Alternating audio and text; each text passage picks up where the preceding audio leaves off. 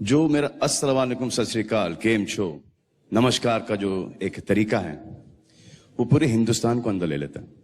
Secular country है, secular लोग हैं, बस यही मान के मैं अपना हर प्रोग्राम स्टार्ट करता हूं। जब एक हिंदू किसी को नमस्ते करता है तो वो इंसान को नहीं कर रहा, वो उसके अंदर बैठे हुए परमात्मा को देख के कहता है कि नमस्ते, मैं तुम्हारे आगे झुकता हूं। और वो कि हिंदू लोग कहते हैं नमस्ते।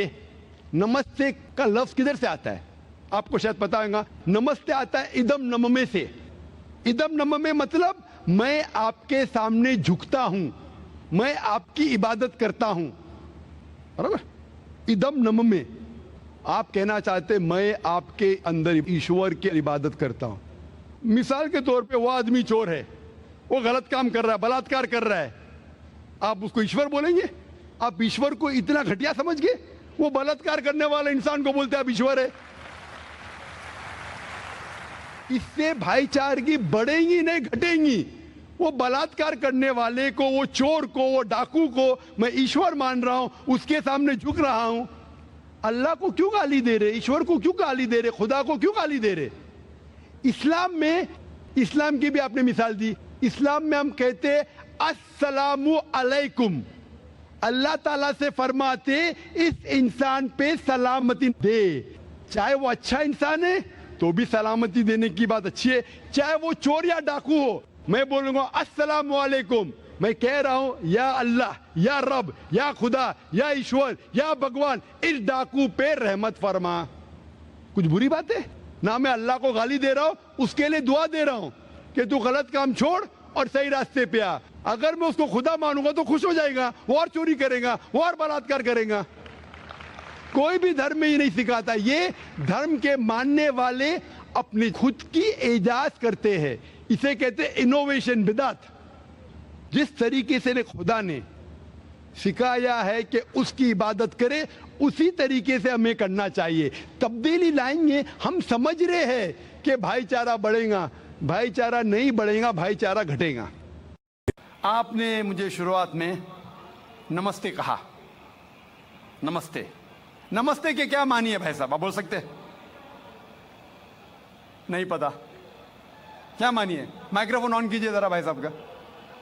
नमस्ते मतलब मैं सर झुका के मैं आपको नमन करता हूँ। हाँ, सर झुका के आप मुझे नमन करता हूँ। नमन करता हूं। सर झुका के, सर झुका के मुझे नमन करना शिर्क है, हराम है, प्रोहिबिटेड है। आप मेरे सामने भी सर नहीं झुका सकते।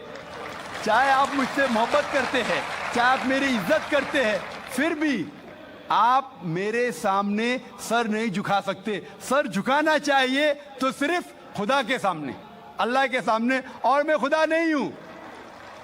आप जानते, आप मेरी इज्जत कर सकते हैं, मेरी बात जो मैं कहता हूं उसके ऊपर अमल कर सकते हैं, लेकिन आप मेरे सामने सर नहीं झुका सकते। इसीलिए मैं जवाब में आपको कहूंगा अस्सलामु अलैकुम, आप पे सलामती हो, आप पे सलामती हो।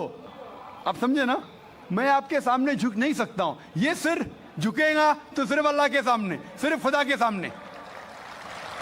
तो आपने बड़प्पन में मुझे कहा, लेकिन अगर गलत चीज कहा तो मैं वापस से जवाब नहीं दे सकता हूं, क्योंकि मैं जानता हूं जो लोग नहीं जानते वो ऐसे हरकत कर सकते हैं। मिसाल के तौर पे 1 महीना पहले मैं जब बॉम्बे एयरपोर्ट पे था तो एक औरत, हिंदू खातून, मुझे पूछी कि आप डॉक्टर जाकिर नाइक है? Are you doctor Zakir Naik? मैंने कहा जी हाँ। ओ, मैं आपका रोज प्रोग्राम देखती हूँ, मैं दुबई से 25 साल के बाद बम्बई में आ रही हूँ, 25 साल के बाद हिंदुस्तान में आ रही हूँ। उसकी सिर पे टीका था, हिंदू औरत थी, बोलती मैं आपके प्रोग्राम देखती हूँ और बहुत अल्हम्दुलिल्लाह तारीफ करने लगी। सारी तारीफ अल्लाह की है, मैं कुछ भी नहीं हूँ। और फिर कहने लगी कि मैं तुम्हारे पैर छूना चाहती हूँ। मैंने कहा कि ये गलत है, शिर्क है। तो बोले क्यों? वही जवाब मैंने दिया, आप जो भी कहो मैं आपकी बात मानूंगी। तो मैंने कहा आप कुरान मजीद पढ़िए, कुरान मजीद पढ़िए और इसके ऊपर अमल कीजिए। और मैंने तकरीर दी है